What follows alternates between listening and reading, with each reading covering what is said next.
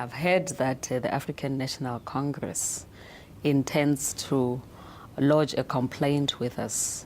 And the first thing that we have to look at is whether we have the jurisdiction over that matter as the Electoral Commission. Well, let's talk now about a few issues that have a lot to do with the integrity of the IEC and its ability to conduct free and fair elections, and with everybody respecting it. And one of those is that you've had a few cases earlier in the year in KwaZulu-Natal where there were allegations of fraud, and some would say the IEC did not particularly cover itself in glory there. I wouldn't want to go into detail into those matters, and I will tell you why, because there's still a pending court matter. As you know, the Constitutional Court referred the matter that you're referring to back to the Electoral Court. Safe to say that I think in this country, we have to be grateful that when people feel that the electoral process has not been fair, they don't go to the streets. They go to the courts, and we welcome that. But the incidents that you're talking about, how many are they?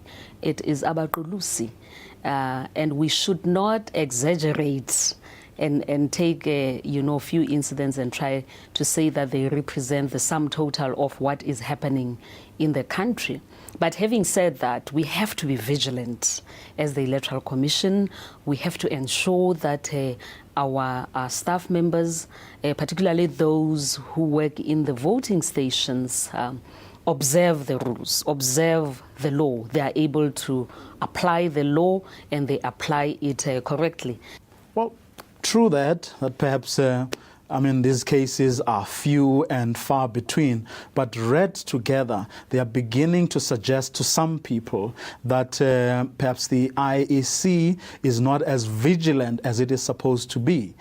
Because if you look at the Tlakula situation where, yes, it's an allegation, but where an official, a senior official of the IEC is implicated, then that's a cause for concern. Yes, and people are within their right to be worried. But we also have to say that our democracy is developing.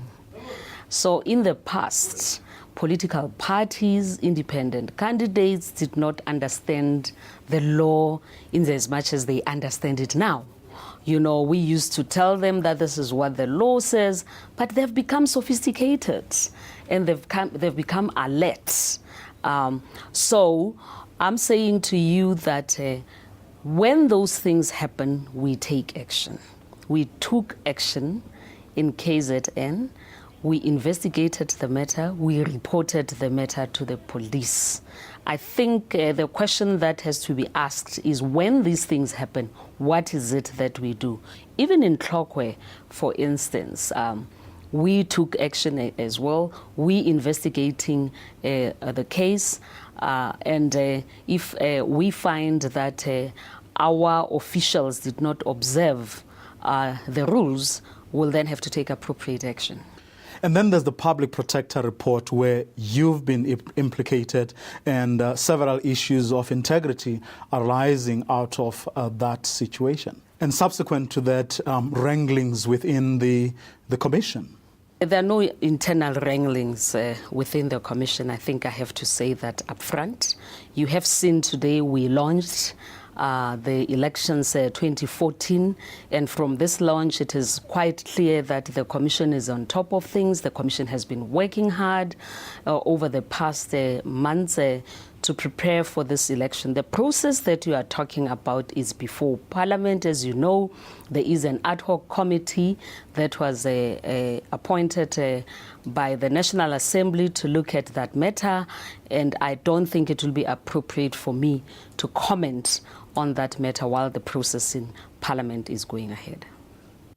That was IEC Chairperson Pansy Tlakula talking to our contributing editor Vuyo Mvoko.